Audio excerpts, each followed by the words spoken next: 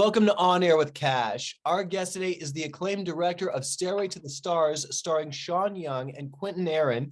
His new novel, Houseboy, is available now. Please welcome Lorenzo DeStefano. Hey, Kash, thank you for having me. Lorenzo, thank you so much for being here with us today. I know I was just watching Stairway to the Stars yesterday. I enjoyed it. I've met Sean Young before. She's a very fascinating woman. I've been a fan of her work. And it was interesting because it kind of, I'm not giving anything away, no spoilers. Totally felt her performance. There was some, I think, reflection to Hollywood a few years back that she was dealing with, or her character was dealing with, I should say. Well, as we were saying, the movie is out to some festivals now, so they can't quite see the movie yet. But if they punch up on YouTube, Stairway to the Stars teaser, and behind the scenes, Stairway to the Stars, they can watch the making of the movie with a clip from the movie in there, so they can get an idea. That's about a 16.5-minute thing. The teaser's about a minute and a half, but it's enough to tell them what it's about, which is basically, if you want me to launch into that now, I can, in terms of definitely would love to talk about it. Yeah, it's a true story. And when I first moved to LA from Honolulu, which is where I'm from, I lived up on Westshire Drive, which is up by Beechwood Canyon. And like a lot of newcomers, I wanted to be as close to the Hollywood sign as possible. I didn't know why, but it's like the Western Mecca of broken dreams and all that. And so there I was, and there was one of these old stairways running up next to my house, which, as you live in LA? I do. Oh, yeah. Yeah. So you know that these old stairways back to the 20s are lacing the mountainous areas of Hollywood, Silver Lake, Santa Monica, between upper streets and lower streets. And one day I heard this argument going on. It was an old lady and a huge guy just yelling at each other, screaming at each other, hateful dialogue about, leave me alone, I want to die. And he says, you old bag, get your ass up that stairs. And she said, you fat pig, leave me alone. It was unbelievable. And I'm listening, and when they finished it, when they were out of range, I wrote it down. And I was in my late 20s. I said, I'm going to make a short film, and I never was able to. But a couple of years ago, I found the script in the storage, and I remembered it. It was called Westshire Drive, and I rewrote it. I said, that's not too bad. I rewrote it, sent it to a play festival in Honolulu, where some of my work had been done, and they took it, and it was done as a one act. Someone else directed it. I just sort of gave them some advice, and when they sent me the video, I realized I'd written a comedy about this mismatched characters, very odd couple, and I didn't set out to write a comedy, but the audience was howling, and I said, well, okay, now maybe I'll try and make the film now when I'm more skilled at and have more contacts. And so we did. We shot it in early October on the Landa Street steps, which are in Silver Lake. Perfect location we found after looking at many, many stairways. And got Sean Young and Quinton Aaron to sign on, and you saw the result. I grew up in LA. I had a friend, they lived up Beechwood, and you could literally just see the Hollywood sign outside their patio. And then just going to Universal, I had some friends staying literally right under the sign. So I've seen all the different locations and views. I've had those hikes, and I think we're all familiar with a lot of the characters, and the personalities that went into your story. So I can see that odd couple mismatched, and I understand too where I'm trying to get a serious point across, because we both have experience with short films. So it's like, you got a concept and you're going for this, but then there's almost something comical because it's relatable, or even it's a serious subject matter. It hits a chord with the performer or the audience that makes it come across a different way that I didn't think about that. Because people tell me I'm funny, I don't think I'm funny. I'm just kind of naturally doing my thing. So when people are like, really, that made you laugh? Okay, I inadvertently become funny. I'm not really doing material or anything. So I understand to pitch something a certain way and then to get a different result. But I quite enjoyed it. I really have always respected Sean Young and Quinton Aaron's work. I've done some classics between Blindside, Ace Ventura, Blade Runner, and really, so even just the process of booking the two of them for this, what was that like? Yeah, well, I've known Sean's sister, Kathleen Young, for many years, and it helps if you've been around for a while. That could work against you. People say, "Oh, you're finished," the year spent force, as it were, or it's a benefit because you know more people, and you can pull that in. If you haven't burned too many bridges, being experienced can be of value as opposed to being fresh out of film school or whatever. Either way, wherever you find yourself, you got to make the best of where you are, who you are. And so Kathleen and I, she said, "What are you up to?" I said, "Well, among the other things I've written this little short." And I told her about it. She goes, "What about Sean for that?" I said, "Well, I never met Sean and I know her work, but she's about 10 years too young for the character." It was a pleasure to tell a woman actor that they're too young for a part for a change instead of too old. So Sean read it and liked it. She had some misgivings. She says, "Oh, Jesus, it's a great part, but I'm only going to get offered to play old bags now from now on if I play this." I said, "Well, Sean, you also could get some strokes for bravery for playing a character older than yourself. Like she's kind of a Karen, isn't she? I mean, Laverne, she's a piece of work, not a sympathetic character who changes a little bit in the movie, not a ton, but a little bit." And I think she liked the juxtaposition with Tony, and Quinton was fantastic. He was made for that part, as she was. What do they have in common? Zero, except the fact that they're human beings. They both find themselves washed on the shores of a dream place. For her, it's over. For him, it's just beginning. And so, he came through a casting director, Donna McKenna, who worked with us, and Sean came through her sister. So I was lucky, to get both of them on board. Oh, that's fascinating. I love how everything just falls into place and you were left with this great result. I understand you're submitting it to festivals now. I can't wait to see where it gets picked up. And I'm looking forward to seeing this on the big screen.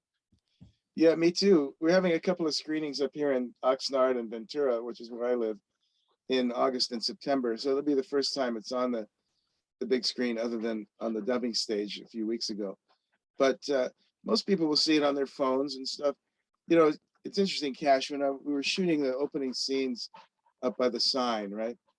And with the scene where the taxi comes down and I lived up in there. And before social media, there were a lot of tourists there. Now it's packed. They're coming there for some reason. They don't even understand. What does Hollywood mean to them? What does the sign mean? Hollywood Boulevard. To people in the business, I noticed my friends, even me, was sort of like looking down on the great unwashed public, like what a bunch of fools they are to buy into this Hollywood thing. What a crock of shit that is. Well, I hate to tell you, it's very real for them. And so making this film, which is sort of a poison pen love letter to Hollywood, I realized when I was shooting those scenes up there, those are the people the film should be targeted to. The people who are fascinated by Hollywood but don't know why. Well, let's give them a little backstory on a couple of people who bought into the dream. So anyway, it was a revelation to me to have some respect for the audience instead of contempt. Absolutely. And it comes across well. I think even just, I grew up in LA, very familiar with the characters, with the symbols and everything. So it came across, and I feel like you delivered your message quite well in this, and the audience will respond well. And you also have a new book, The Houseboy. It was published June 7th, and it's available on Amazon, Barnes and Noble, Bookshop. Yeah, Houseboy. Well, I tell you what, that's another true incident. Not something I witnessed, but something I read about. I was in London for a reading of a play of mine, and I read a little article in the paper about a young Indian man who was convicted of manslaughter for murdering and butchering the woman he worked for, another Indian woman. And I said, "Wow, what's going on there?" I had interest in modern slavery as a subject. Why is it still happening? Why is there still slavery? It's not about the 1619 project is American slavery, 400 years of that. But this is a global slavery that's still going on. Basically, people taking terrible advantage of other people, usually poor people. I found out that the young man was in Brixton prison. at the time. I found out who his lawyer was. It was arranged for me to meet him. I was going to write a little journalistic piece, an article about, but it was a young man who became sexually enslaved by a woman, which was different than the usual sex trafficking thing. It was basically domestic servitude, domestic slavery that was going on. And it was arranged. He agreed to talk to me. The day before I was supposed to meet him in prison, he was deported back to India, which was one of the terms of his conviction. So I never met him, but the story stayed with me for many years. And a couple of years ago, I buckled down and finished it. It's been an editorial with Atmosphere Press, which is the publisher out of Austin, Texas, for about a year and a half now. A very rigorous editorial process just to get the book as good as it could be.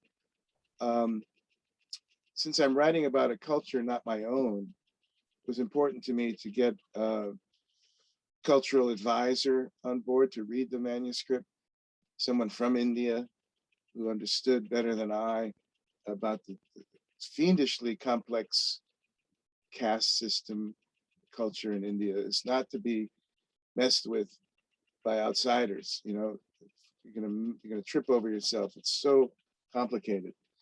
And she, a young woman from Maharashtra, India, Falguni Jain, was engaged by the publisher, and she vetted the manuscript with me. We changed some names, that they weren't the right names. The cast was wrong, and I've cited a lot of deities and prayers. The book is carefully researched, but she kind of helped me correct a few things that were not correct. I didn't want to be seen as the outsider writer talking about shit I didn't know about, And so after that process, as you said, it came out June 7th. Reviews have been very strong, and I feel relieved that it haven't gotten slaughtered so far, because it's my first novel. I'm a filmmaker and a theater guy, so it's not really my world, but it's been pretty cool. Fascinating story, because you've taken both mediums so well. I mean, between theater comes across in your film, and I really like the stories that you're telling me too. When you're telling me about the houseboy, even when I saw it in Stairway to the Stars, I'm really interested in. I can really tell your character development, what you put into your concepts, and then how you, and especially from a film perspective, how it's you're bringing it to life with these actors. And really, I commend you, Lorenzo. You have two things to celebrate this year. You have Stairway to the Stars, and then you have The Houseboy, which is available now on Amazon. I really can't thank you enough for your time, for talking about your films and your book. Is there anything else that you would like to say to your fans out there? The diversity of the work is telling stories. They're totally divergent. They have nothing to do with each other other than the same guy came up with them. But I guess the thing is to thank people for being open to stories, and we need to do something to get away from the cult of personality that we're all entrapped in. People that hog the limelight ruthlessly. And there are stories out there like the two people in Stairway, like VJ and Houseboy, that deserve our attention. And it's a writer's job, filmmaker's job, playwright's job to keep shining light on those things, even though they may not be the headline busting stuff. There's a lot of people out there who want to share and delve into interesting, obscure, important subjects rather than what's on the front page.